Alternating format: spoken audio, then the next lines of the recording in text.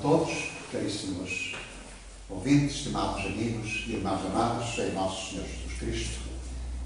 Saudamos com respeito, agradecemos a Jesus a possibilidade de nos dar aqui nos encontrarmos e aos Espíritos abnegados que revelam o nosso aprendizado, a nossa gratidão, reverência à sua bondade e sabedoria, e que o Senhor nos abençoe para que das nossas reflexões nós possamos extrair a nota elucidativa que favoreça a nossa elucidação e esclarecimento, capaz de orientar-nos o espírito no trabalho reeducativo que é a finalidade da existência, a fim de que, compreendendo cada vez melhor as leis que regem o destino, saiamos das ilusões, dos equívocos e não sejamos logrados por quem quer que seja, mas sim pelas noções de responsabilidade que adquirimos, conhecimento que se dilata e aprofunda, nós apreendemos melhor o sentido da vida e, nessa vida, melhor a ela nos ajustaremos e favoreceremos o nosso progresso, também a nossa felicidade. Hoje propusemos-nos abordar um tema que nos parece interessante. Peço desculpas se porventura não abarcar com a profundidade que ela encerra, mas enfim, pensamos dar-lhe a visão possível que fomos capazes de extrair da doutrina espírita e de modo a que ela possa, de facto, contribuir para aquela nota elucidativa de que falámos na nossa nota introdutória. Visão espírita dos milagres. A doutrina espírita, como sabeis, decorre dos factos que estudou, aprofundou e investigou, dos quais extraiu concepções, formulou conceitos e pôde dar-nos a conhecer, depois destes factos, uma filosofia, uma concepção religiosa e, na ordem, ou melhor, uma concepção religiosa que tem por fundamento a moralidade, de modo a que, por essa via, nós pudéssemos apreender o sentido e construir a nossa educação espiritual. Então, começa a doutrina espírita, e neste caso, Allan Kardec, o eminente codificador, por falar-nos do conceito de milagre. Dizer coisa extraordinária, coisa admirável de ver-se. Hoje, um ato de poder divino, contrário às leis da natureza. Isto é a concepção moderna. E mostra-nos que o milagre tem um caráter insólito. É algo não visto ou nunca visto e, consequentemente, para o qual não encontramos explicação. Racional, pelo menos. Ora, continuando a estudar este assunto, Allan Kardec vai elucidar-nos com precisão uma percentagem elevada dos factos que são designados por superstição, sobrenatural ou maravilhoso, não é verdade? São decorrentes da manifestação da existência dos espíritos, da sua manifestação ou interrelação com o mundo corpóreo e de que, não compreendidos na sua dimensão, no seu modo paciente ou na sua lei que a eles preside ou que os explica como é que eles operam, leva a maioria dos seres humanos, por razões que aqui aduzimos, muitos deles por compreensão deficiente e incapacidade de sair dos condicionamentos sociais e incapacidade de compreendê-los por carência de recursos intelectivos e se tomam como verdades aquilo que os outros dizem.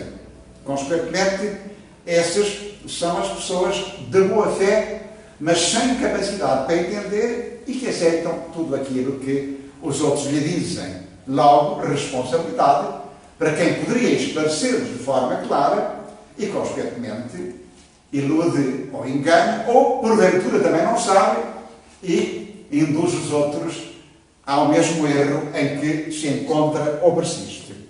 Há ainda aqueles que rejeitam estes factos ou não querem esclarecê-los de forma clara, face a um entendimento, porventura, mais lógico e racional que eles já tenham, mas por má fé negam-nos. Porque aceitá-los era colidir com os seus interesses imediatos, interesses de ordem material, e, consequentemente, tirá-los dos pedestais em que se colocaram, e, nessa medida, é imperativo continuar a negá-los e atribuí-los ao poder divino. É mais fácil.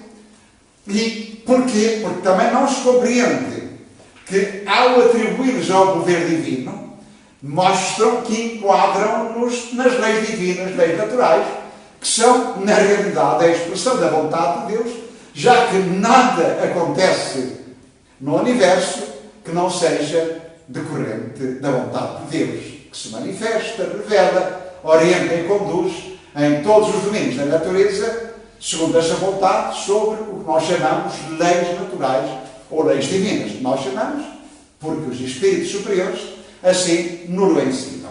Vamos então dar alguma nota destes factos. São muitas vezes designados de feiticeiras, as pessoas que intervêm na sua execução, são chamados de maravilhoso, sobrenatural, e cria-se um campo de superstição de que se aproveitam muitos outros seres humanos para explorar essa crendice e induzir em erro os seus semelhantes, por vezes carentes de paz, de amparo, de auxílio, de esclarecimento, de conforto, em resposta às suas inquietações, e são ainda explorados por essas almas que têm a arte de iludir e enganar, indiferentes ao respeito perante os seus semelhantes. Ora, esses factos de todos os tempos, a doutrina espírita tomou-os como matéria-prima e investigou-os. Não os aceitou, diríamos assim, de bandeja, e não os aceitou porque lhe dissessem que eles existiam. Foi investigar. Da investigação, pôde concluir que estes factos são resultante da intervenção dos espíritos, que são os seres humanos emancipados da estrutura física, os chamados mortos, que, vivendo no mundo espiritual, na existência espiritual, na verdade, nesse mundo que é primeiro na ordem das coisas, vivem e interagem com os seus semelhantes no plano físico. Podemos considerar no plano físico em todos os mundos onde existem humanidades. Pois bem, esses espíritos, nesta intervenção nos planos físicos, operam-se de modos variáveis, mas têm sempre como base a participação do ser humano. O ser humano é encarnado, que também é um espírito. O facto de estar temporariamente projetado na vida corpórea é um espírito que voltou à dimensão física para, como falámos há dias, exercitar-se na conquista de experiências novas, trabalhar a reabilitação espiritual, erguer-se aos valores maiores que ontem apreciou, corrigir atitudes, renovar sentimentos, iluminar-se na conquista de concepções novas, pelo trabalho, pelo esforço, pela determinação de si, no uso da sua liberdade, no uso do seu livre-arbítrio. Consequentemente, os mundos encarnado ou corpóreo e desencarnado estão sempre em constante relação. Poderíamos nós dizer que muitos dos factos sociais ou ocorrências que se operam no meio social têm, diríamos assim, como participantes e agentes influenciadores, por vezes, com grande determinação, espíritos desencarnados, que influenciam, induzem, perturbam, lesam e estimulam os homens, por vezes, a muitos disparates e a muitas asneiras, neste caso os menos esclarecidos, menos bem formados, não moralizados, enquanto que os mais esclarecidos, enobrecidos no amor e na sabedoria, esses trabalham sem cessar para conduzir-nos a todos à prática do bem, de modo a que realizemos a superior finalidade da existência, que é o de educarmos-nos, ou seja, moralizarmos para aprendermos a viver cada vez mais segundo o que somos, espíritos. e, consequentemente, dominar a animalidade, superar a matéria e aprender a interagir com os outros na pauta do bem, da verdade, da justiça, fomentando a paz, a concórdia, a fraternidade. Essa é a missão dos espíritos nobres. Pois bem, posto isso, nós encontramos muitos seres humanos, diríamos quase todos nós somos, em termos latos, que são médiuns. Seres humanos, não é verdade, encarnados, que captam pensamentos e emitem pensamentos. O simples facto de captar e emitir pensamentos, mesmo que desde que não tenham consciência, isso não obsta, diríamos assim, a que o fenómeno se opere, se verifique e que, por esta razão, podemos dizer, em termos gerais, que somos todos médiuns. Há, contudo, seres humanos que se apresentam na existência física com qualidades específicas, ou aptidões específicas, ou ainda faculdades específicas, pelas quais eles podem servir de intermediários à manifestação dos espíritos desencarnados. Para que a manifestação se possa operar, necessário se torna que o espírito encarnado ofereça ao espírito desencarnado condições adequadas para, diríamos assim, estabelecer uma interrelação sintónica, das quais este capta o pensamento daqueles e o expresse, o transmita. E aí temos nós os efeitos que decorrem desta intervenção, não é verdade, que nós chamamos de mediunidade, de efeitos intelectuais e de efeitos físicos. Os efeitos intelectuais são os fenómenos de psicofonia, ou os chamados médiuns falantes, assim designava Allan Kardec, por psicofonia por incorporação, lá o espírito não se mete dentro do corpo, o conceito, ou a ideia que as pessoas fazem, que os espíritos se metem no corpo, e aparecem muitas pessoas, por vezes, nas casas espíritas, pedindo que fechem o cofre, porque têm o cofre aberto. É um equívoco que as pessoas utilizaram para explicar a influência de uma entidade que, exercendo a sua vontade sobre um ser humano, não é verdade, o leva, o obriga a fazer o que ele quer, por deficiência de controlo, de capacidade de resistência do encarnado para impor-se e manter-se em equilíbrio.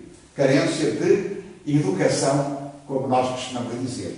Pois bem, vemos aí, portanto, ainda os médiuns que veem os espíritos. Isto também é de todos os tempos e lugares, estes fenómenos, estes factos, estas ocorrências, que se dediquem àqueles que não creem, debrucem sobre a investigação das civilizações, que estudem um pouco da antropologia cultural e lá vão encontrar, lá longe, nos planos, nas ordens e por aí fora até à civilização, esses factos ou ocorrências em que os espíritos se manifestavam, muitas vezes, sob a designação dos espíritos familiares, os lares, os penates, todas as civilizações estavam presentes e estiveram presentes, porque o mundo espiritual, conduzindo o mundo físico, sempre esteve presente para orientar e conduzir no labor educativo para que se opere os desígnios de Deus, isto é, um progresso de todos os seres e coisas. Podíamos nós ir mais longe e dizer que a espiritualidade intervém em todos os domínios da natureza, desde o átomo até ao ser monossolar e aos anjos, às galáxias, tudo é dirigido, orientado e conduzido pelas entidades sublimes, venerandas, que conduzem, orientam e trabalham para que se realize a superior finalidade dos filhos de Deus, já que toda a criação tende para uma superior finalidade. Nada foi criado ao acaso. Pois bem, continuando a nossa nota elucidativa dos fenómenos, verificamos que há os fenómenos de evidência, espíritos encarnados, seres humanos, homens ou mulheres, podem ver os espíritos, os observam, quer durante a noite, quer durante o dia. Neste caso, por um fenómeno de lucidez, eles podem, emancipando-se, criando um estado alterado de consciência, penetram não com os olhos físicos, mas agora com os olhos da alma e veem os espíritos nas várias condições em que se podem encontrar, por uma condição específica existente em que os espíritos desencarnados e encarnados podem combinar, diríamos assim, criar uma frequência específica capaz de permitir que esta visão se opere. Esse também fenómeno é de todos os tempos e lugares, só mesmo os homens que não querem penetrar na sua compreensão os contestam. Temos ainda outros fenómenos de psicografia. Muitos de nós, sem que disso nos apercebamos, por vezes escrevemos sobre a forma inspirativa ou inspiradora em que amigos chegam junto de nós e nos inspiram. E não surpreendam isso, porque as entidades abnegadas, tutoras das nossas almas, não é verdade, todos nós temos um tutor que nos ama e trabalha para que nós realizemos a sua finalidade da ação educativa da existência, esse admirável tutor, chamado anjo da guarda, não é verdade, tem possibilidades de interação constante connosco, ele nos inspira, ele nos orienta, ele nos tutela e guia, sem, contudo, tolher o uso da nossa liberdade, para que nós tenhamos o mérito das nossas escolhas, o mérito das nossas opções. Caso contrário, seríamos autómatos e não educandos, que aprendem para aplicar e exercitar-se da sua autonomização, a fim de testarem os valores para que tendem, que procuram evidenciar, enfim, os princípios que os norteiam e que orientam, para que daí decorra adiante, na pauta do seu mérito ou demérito, a responsabilidade, cujos efeitos sejam benéficos ou perturbadores. Não disse nosso Senhor Jesus Cristo que cada um recebe sobre as suas obras, que livre a sementeira e obrigatória a colheita? Precisamos de penetrar neste entendimento para que deles extraiamos a lição viva que deve orientar-nos no labor educativo da vida. Posto então a vivência, a psicografia, na verdade, pode ser intuitiva, mecânica, etc. Tem alguns exemplos admiráveis de médios chamados mecânicos que foram trabalhadores notáveis para a obra que empregaram ao serviço dos espíritos superiores. Neste período histórico, nesta nossa época, destacamos a grandeza de Francisco Canto Xavier, brasileiro, e que nos legou centenas de livros de autores espirituais variados, com temas os mais variados, em que aprofundou. Não há nenhum assunto que não tenha sido versado, estudado, explicitado e esclarecido por esse eminente trabalhador, pelas entidades venerandas que o legaram e que nós hoje somos beneficiários. Temos também outros corações com características diferentes, merecem a citação pela sua honestidade, pelo seu trabalho a benefício da educação humana, já que as entidades venerandas não cobram nada. Antes estimulam ao trabalho para que daí possamos honrar os esforços que desenvolvem em nosso benefício e que nós possamos compensar-nos pelo mérito ou bem-estar que decorre do exercício que fazemos, do estudo, das conquistas desse saber que perspectivam conduzir-nos ao processo reeducativo. Então, tínhamos Ivone Amaral Pereira, de cujos livros que tenho lido e gosto muito, pela sua seriedade bem fundamentada nos princípios da doutrina espírita, que, como sabeis, os princípios da doutrina espírita são a concepção de Deus, a imortalidade do espírito, como literalidade dos espíritos, a lei da reencarnação, a pluralidade das existências, a polaridade dos entitados e ainda a lei de causa e efeito. São as chaves mestras, fundamentadas, comprovadas. E então, esse eminente médium, que também dotada de uma vivência muito lúcida, nos legou pela psicografia obras de excelência para o nosso processo reeducativo. Divaldo Pereira Franco, amigo querido, de longa data, tem trabalhado muito e nos legado excelentes obras que vale a pena serem lidas, meditadas, estudadas em profundidade. Tivemos em Portugal, vários médios, destacamos um, no princípio do século, foi um grande médio, chamado Fernando de Lacerda, homem simples, trabalhador dedicado, que também, dotado de psicografia mecânica, escreveu vários livros, cuja designação é No País da Luz. Livros destes muito bonitos, nos quais aparecem a pena e os pensamentos de homens que foram excelentes trabalhadores da pena no plano físico e que nos legaram as suas obras literárias e que, na dimensão espiritual, por intermédio desse trabalhador da causa cristã, da causa espírita, na verdade, nesses livros País da Luz, nos dão a conhecer realidades da excelência, favorecendo ainda, como sempre, o labor do nosso processo reeducativo. Há outros fenómenos de excelência que são fenómenos de efeitos físicos. Estes fenómenos de efeitos físicos, na verdade, decorrem da possibilidade que os espíritos têm de usar os recursos que lhes são facultados pelo médio e assistente, chamados recursos que um senhor francês designou de ectoplasma.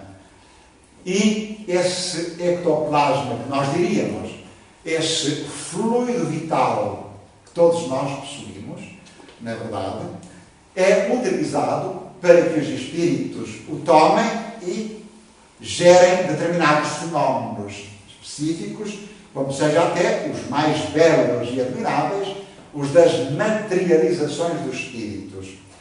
Aconselho a leitura de um livro muito bonito, Potências Ocultas do Homem, do Dr. Acácio Martins Velho, que foi um advogado lisboeta, investigador destes fenómenos e que nos dá a conhecer a história da investigação do senhor físico inglês, William Crookes, que, estudando com o médium Florência Cook, pôde comprovar a manifestação de uma entidade que dava por nome de Cathy King e que dizia que chamara, quando encarnada, Anna Alan Morgan. Verificamos aqui, nestes factos notáveis e extraordinários, não é verdade?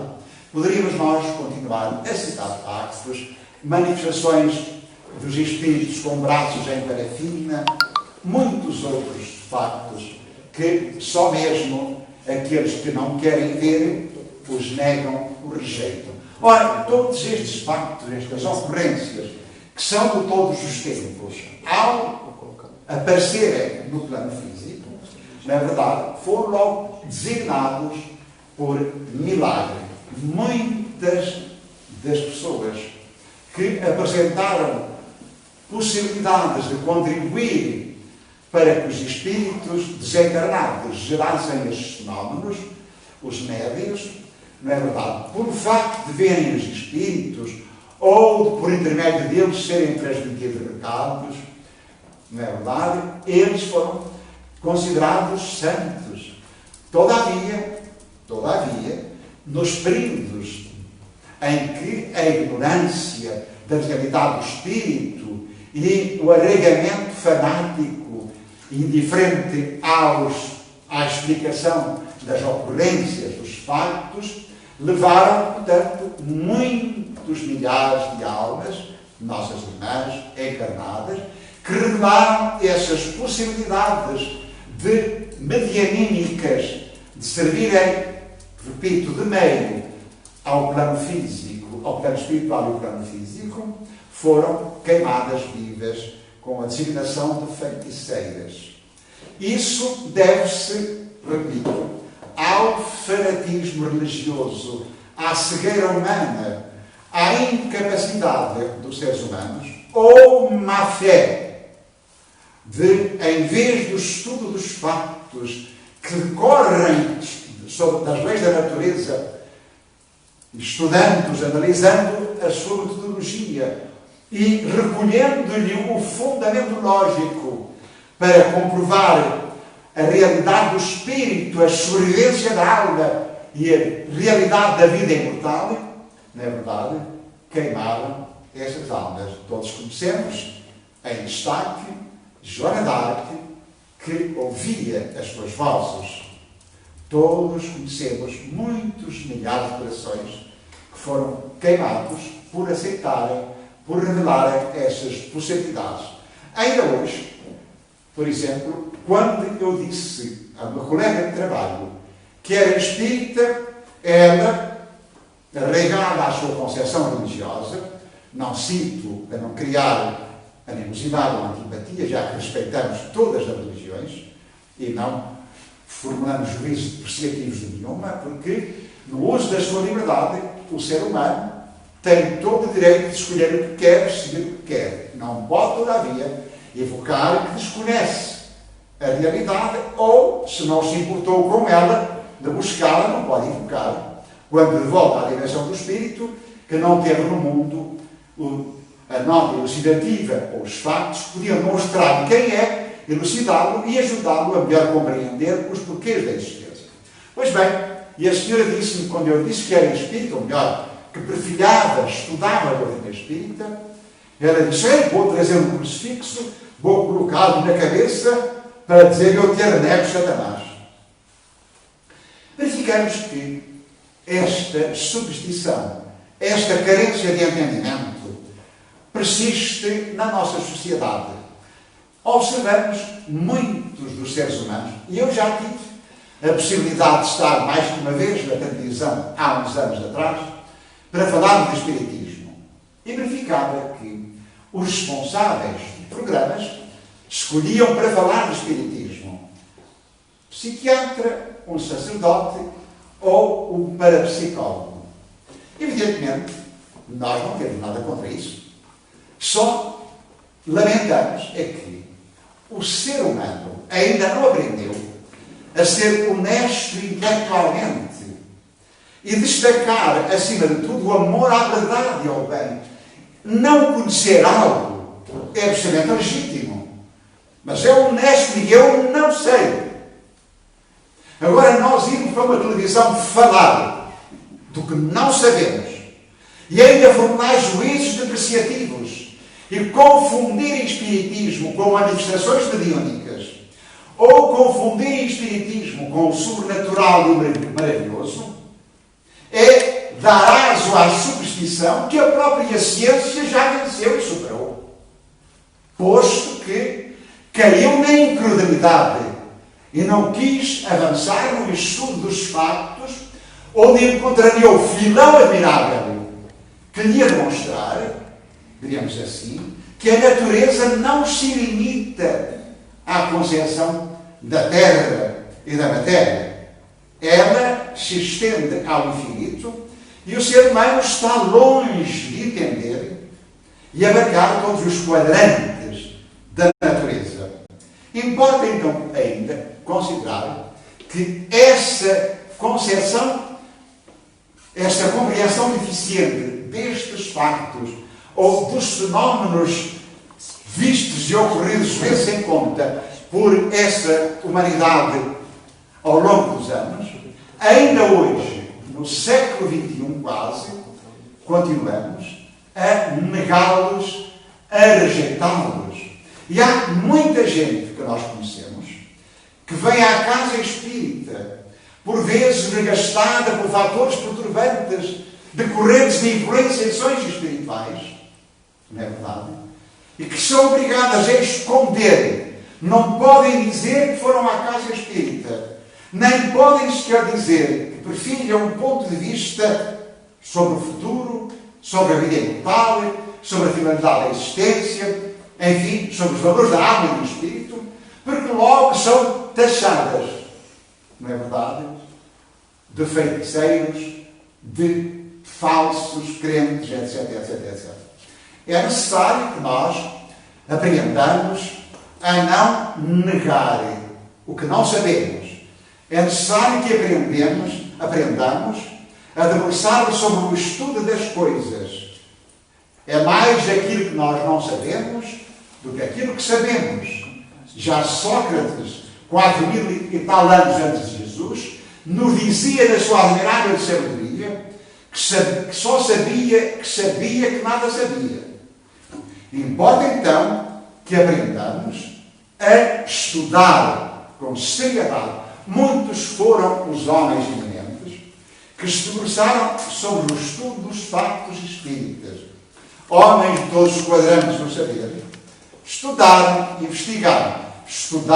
investigaram com seriedade e, consequentemente, muitos dos quais vieram confessar que os factos falaram e a sua incredulidade perante os mesmos foi vencida, porquanto não há dúvida. Eles adquiriram a convicção profunda na análise que fizeram de que o homem é um espírito que sobrevive à morte física e que, intervindo constantemente no mundo corpóreo, gera múltiplos efeitos, que são chamados fenómenos mediúnicos ou factos espíritas. Por outro lado, há ainda outro ponto a considerar.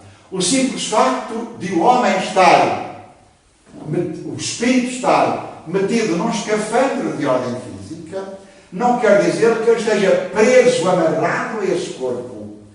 Ele sai desse corpo por via artificial ou natural. À noite, o corpo dorme para repousar, reconstituir energias e deixa o espírito livre para buscar instruções, elucidações, amparo imenso que se desenvolve a benefício do ser humano encarnado.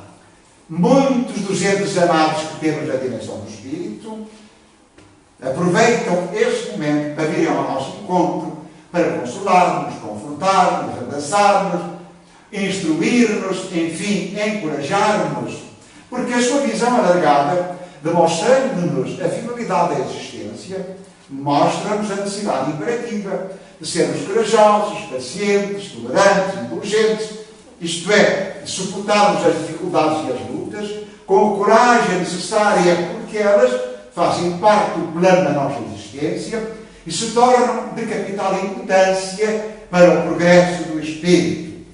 E nós, por vezes, ao voltar ao corpinho, diz: esta noite eu sonhei, eu tive um sonho. É lógico, nós podemos fazer uma interpretação de sonhos de vários modos. Contudo, Allan Kardec nos elucida, no capítulo do Livro dos Espíritos, Emancipação da Alma ou dos Espíritos, diz que o sonho é uma indicativa de que nós nos emancipamos, saímos da ação redutora do corpo e penetramos na dimensão espiritual. Há muita gente que tem passado por experiências do chamado quase-morte, o IQM, e que conta as experiências do que passou, ou o que se viu, onde se encontrou, as experiências adquiridas, as notas escolhidas, etc. Todos esses factos, ocorrências, e que eu podia continuar aqui a descrever, são chamados factos anímicos. Isto é, factos ou ocorrências que decorrem da ação do espírito encarnado, designado alma, e que, emancipando-se, pode usar das mesmas possibilidades que o espírito encarnado, na razão direta do seu progresso, da sua desmaterialização, da sua evolução moral e espiritual.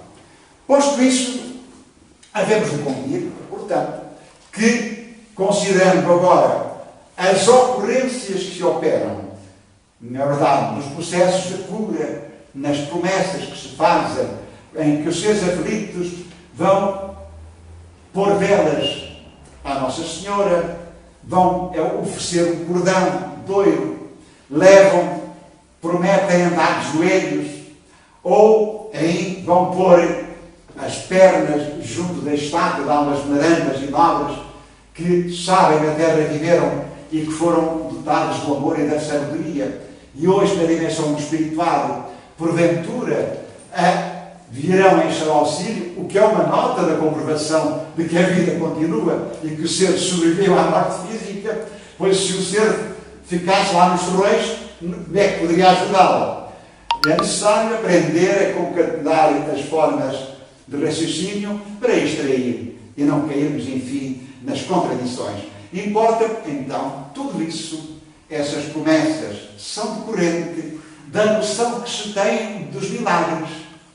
Lá na minha aldeia até existe a Senhora dos Milagres, não é verdade? Em que as pessoas vão oferecer isto: Senhor, se tu me fizeres, eu sou pobre, tenho carência profunda de meios, mas se tu me ajudares a encontrar um bom emprego para que eu ganhe o suficiente para dar resposta à minha família, eu prometo vir de joelhos e andar, enfim, lá, a dar cabo dos meus joelhos que me são necessários para eu andar e dar resposta no trabalho que me é oferecido.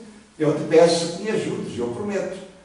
Ou, Senhora, se porventura tu me ajudares a que eu encontre um marido rico, já que eu sou até uma senhora rica, já que eu sou até um rapaz simpático, bonito, e por aí fora, por aí fora.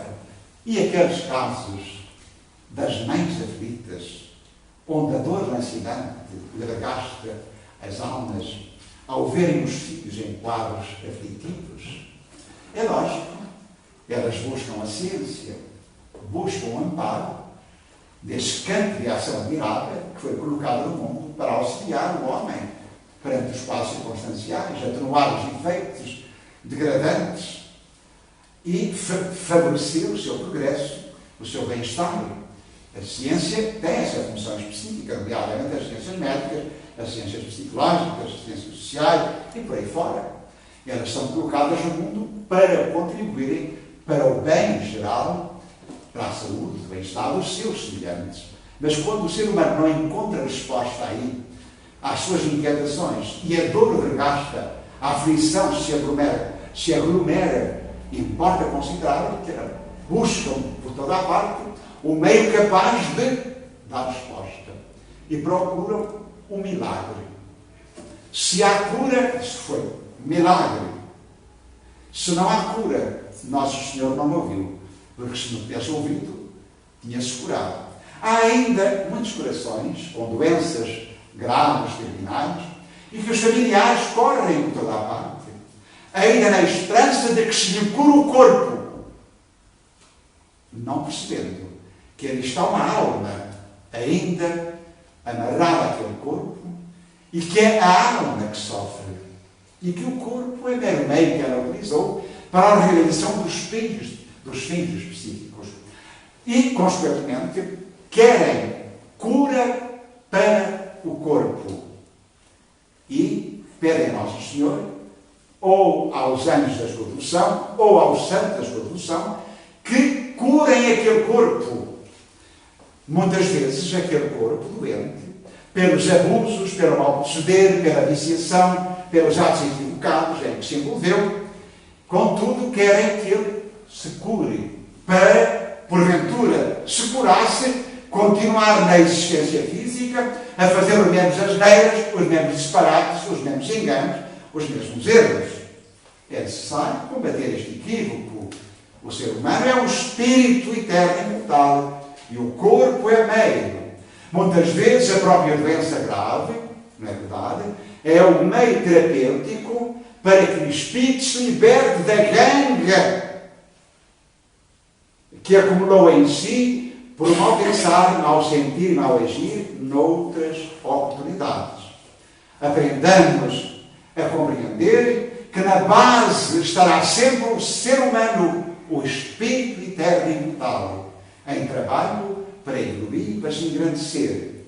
E há ainda outros corações que no sofrimento profundo em que a vida o chama como mecanismo reabilitador ou processo para que possam guindar-se a situações mais felizes, na verdade, pedem que os matem. Para quê? Para que eles possam, enfim, libertar-se da dor que os regasta, ou da situação angustiante, ou do desequilíbrio psicológico que os atinge. E pedem que os matem. Não percebendo essas almas amadas, que ao solicitarem tal coisa, eles e aqueles outros que participem em tal ação se tornam profundamente responsáveis perante as leis imutáveis que lhe facultaram os meios de progresso no mundo e respondem perante um suicídio indireto. Vendo-se adiante o espírito em quadros circunstanciais bem mais difíceis por séculos de amargura por vezes do que aquele que só lhe exigia coragem, esperança, fé para encontrar adiante a resultante admirável e bela da sua real e sentida libertação. Lembro-me de um caso interessante que eu li há alguns. Um indivíduo tinha uma doença grave e, naturalmente, é absolutamente legítimo e imperativo que assim procedamos, passou o seu tempo à procura da terapia capaz para erradicar a perturbação orgânica que o infelicitava. E correu, como se diz, seca e meca. Até que um dia encontrou alguém que disse: meu amigo, eu posso curá-lo. E na realidade, esse senhor pode curar-me, como assim? Eu posso curá-lo. Posso, tenho a terapia capaz que possa, uma vez adotada, levá-lo à libertação do quadro perturbante que o amargura e que o infelicita. Oh, meu amigo, eu lhe agradeço. Melhorar, por favor, conceda-me essa possibilidade. E eu digo: muito bem, vamos começar então a terapia na data X, no local adequado que esteja. E assim foi. E o homem ficou curado. Decorre o tempo. E eis que, umas décadas depois, se encontram na dimensão do espírito. Porque isso é possível. Não se suponho que isto é uma fantasia. Se encontram na dimensão do espírito. Saudaram-se: olá, então como vai? Nunca mais ficou doente? Ah, meu amigo, o senhor cumpriu o seu dever. Usou os meios e a sua sabedoria ao seu alcance para me prestar a terapia que eu precisava. E eu, de facto, me curou. Todavia, a doença espiritual, os distúrbios morais e espirituais que eu queria erradicar da alma, pelo sofrimento que me estavam sendo originados por aquela doença, eu perdi esta oportunidade. O Senhor cumpriu o seu dever, mas eu não cumpri o meu. Adiante, estou a trabalhar, preparando-me para voltar a renascer, a fim de passar por uma experiência de que me afastei indevidamente, para que ela me traga o benefício, o progresso que eu perspectivo. Importa, então, compreender, corações amados, que não basta que nós façamos uma promessa a quem quer que seja para que encontremos a solução do problema que nos aflige. Necessário entender que cada um de nós está na existência com um plano existencial gizado pela dimensão mais nobre, pelas entidades venerandas, os eminentes educadores que nos facultaram misericórdia de Deus em nosso favor, pois que não há penas eternas, nem o Espírito foi criado para o sofrimento. Há apenas circunstâncias temporárias em que o Espírito se vê obrigado a submeter-se para realizar o seu progresso, exercitar-se na paciência, conquistar coragem, desenvolver, enfim, tolerância, reforço aos testes de fé raciocinada, compreensão de si e do seu destino, aceitação sem revolta, enfim, de modo a que por essa via o Espírito conquiste o processo de desenvolvimento de si e do seu destino e realize as condições específicas das quais trarão a felicidade. Supondo que a divina sabedoria, ou mesmo os Espíritos, por mais que nos amem na sua bondade e sabedoria, podem alterar as leis de Deus para favorecer-nos, quiçá, para contribuir para o nosso logro, lesando o nosso progresso, comprometendo o nosso orientamento, é um equívoco terrível. Se alguém diz que pode curar-nos a troco de dinheiro ou a troco de outros recursos, sejamos vigilantes. Repito, não existem milagres. Os milagres que nosso Senhor Jesus Cristo fez, como diz a tradição religiosa, na essência, segundo a visão espírita, não foram milagres.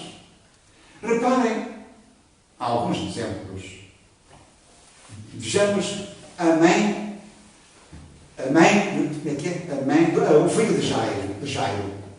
Quando o filho de Jairo está dormindo, em quadro aflitivo, a mãe corre para Jesus e diz: Senhor, meu filho está morto, se puderes ajudá-lo. E nosso Senhor Jesus Cristo, na admirável beleza e grandeza sublime da sua omnisciência, abeira-se, chama-o, diz à mãe que o filho, o problema não conduzia à morte, e chamam à vida. Milagre, meu filho ressuscitou. Para nosso Senhor Jesus Cristo, para as almas abnegadas e esclarecidas, comprazem-se na consolação que levam às almas sofredoras, porque as libertam de um quadro lancinante e as trazem à compreensão maior, elucidando-as e conduzindo-as agora ao carreira existencial para que continuem a aproveitar o progresso que a vida favorece. Para os outros, milagre. Mas o milagre seria um ato insólito, contrário às leis de Deus. E é verdade que Deus, se quisesse, podia alterar as suas leis. Mas então iríamos concluir que Deus se tinha enganado. E não era perfeito. O que não é crível, não é aceitável. Então, temos de concluir que temos que encontrar outra explicação. Não a derogação das leis divinas. Não se quer colocar isto no ato maravilhoso ou sobrenatural, nem se quer aceitar estes equívocos supersticiosos, mas dizer assim, não. Há a utilização de um agente biopsíquico, de que Jesus, na beleza sublime, lhe dava qualidades excepcionais, e que, reconhecendo que era conforme às leis imutáveis, benéficas àquelas almas, as chama e as adverte, deixando, contudo, a lição viva que o facto encerra, para despertar aquelas consciências voltadas para os equívocos da ordem material, a fim de conduzi-las progressivamente a uma concepção racional da vida, a um entendimento mais nobre da vida, e fazê-las sair, enfim, do marasmo consciencial decorrente dos equívocos em que persistiam. Vemos quando vemos ainda quando Lázaro, por exemplo, se encontrava e as irmãs aflitas vão pedir a Jesus que ele está, o irmão já estava a ser conduzido à morte. E aqui está, novamente Jesus chama Lázaro, vitaliza-o, envolve-o e Lázaro desperta, porque amava o amigo e recolhe a vibração vitalizante que o volta a ter à existência. Estes factos são explicados como fenómenos anímicos, não é verdade, em que o espírito emancipado do corpo pode conduzir, diríamos assim, à redução de vitalidade e toma a aparência de morte. Todavia, nós estamos perante a morte real, porque isso não seria possível que o corpo, que o espírito voltasse ao corpo, não é verdade? E temos ainda aqueles factos, aquela mulher que sofria de uma hemorragia e, coitadita, não encontrava cura. E é quando ela se aproxima de Jesus, na esperança, fé inabalável que ele podia curá-la, e recolhe a vibração de Jesus, que vai operar a eliminação das moléculas, na verdade, doentes, e operar a cura. A fé ativou o campo específico capaz para que a cura se operasse. Captou os recursos vitais emanados de Jesus, pela pureza sublime. Jesus, quem me tocou? Não estamos perante um milagre, mas um fenómeno natural que não sai fora das leis divinas e que, na essência, é explicado por ação dos efeitos do fluido vital ou fluido magnético de que Jesus era possuidor em elevado grau. Todas as curas mal seguidas, o cego, etc., de que fala o Evangelho, designados por milagres, todos eles estão bem esclarecidos, explicados com clareza racional, não é verdade, na doutrina espírita. Assim, os que amam a verdade e que se interessam profundamente por ela, se debrucem, analisem e, consequentemente, verificam que não é possível que algo exista fora das leis naturais. A resultante, melhor, a consequência que nós podemos extrair, e estou concluindo, é que as leis naturais e divinas são eternas, regendo a vida, o destino e os fenómenos da natureza, não é verdade, em todos os tempos e lugares. O que varia é a compreensão que os homens fazem desses fenómenos. E essa compreensão deficiente ou não esclarecida como a fé, ou ainda por rejeição sistemática da incredulidade, que não quer ser dos poleiros em que se coloca para demonstrar os factos da natureza e as leis que a eles presidem, não é verdade? Acha que é belo e mantém-se no seu pedestal de dizer fenómeno sobrenatural, o facto maravilhoso. Não esquecer que o homem, na sua condição evolutiva deficiente, adora o maravilhoso, fica encantado com o maravilhoso, gosta do aparato, porque o aparato não lhe custa trabalho. O trabalho de educar-se, de moralizar-se, de lutar e sofrer, para se fazer humilde, bondoso, manso, pacífico, honesto, leal, honrado, trabalhador, casto, etc, etc, isto exige suor e lágrimas. E o ser humano não quer. É mais importante e fica mais contente. Ele acumula uma soma e entrega ao sacerdote, e o sacerdote, quando ele morrer, diz missas por ele, porque ele vai ganhar o céu. Será o dos pardais, não é isso? Pois bem, então importa compreender que a divina sabedoria, não é verdade, não altera as suas leis ao prazer e ao gosto da alma. Cabe ao espírito o trabalho, o esforço, e esse é o papel da doutrina espírita: esclarecer, instruir e mostrar que, se na realidade o homem estiver realizado o progresso de que é suscetível, consequentemente não precisa de ser advertido pelo sofrimento, para tomar consciência da necessidade de educar-se, de convergir para uma vida nobre e digna, reparar, corrigir os seus hábitos, etc., ele pode encontrar a cura no médico, na casa espírita, na prece de alguém, e encontrará, por certo. Porque chegou o limite, como Jesus, quando chega aquele homem que estava sentado na enxerga: tu não te queres curar? Como posso eu curar-me, Senhor? Escondeu lá, quando eu quiser, enfim, receber o tratamento adequado, outros terão conseguido. E Jesus olha para ele e diz: então, levanta-te, pega na tua manta e vai para casa. A tua fé, teus pecados estão perdoados, tua fé te salvou. O que significa que aquela alma e tantas outras, como o Senhor dizia, eu não te concedo favores.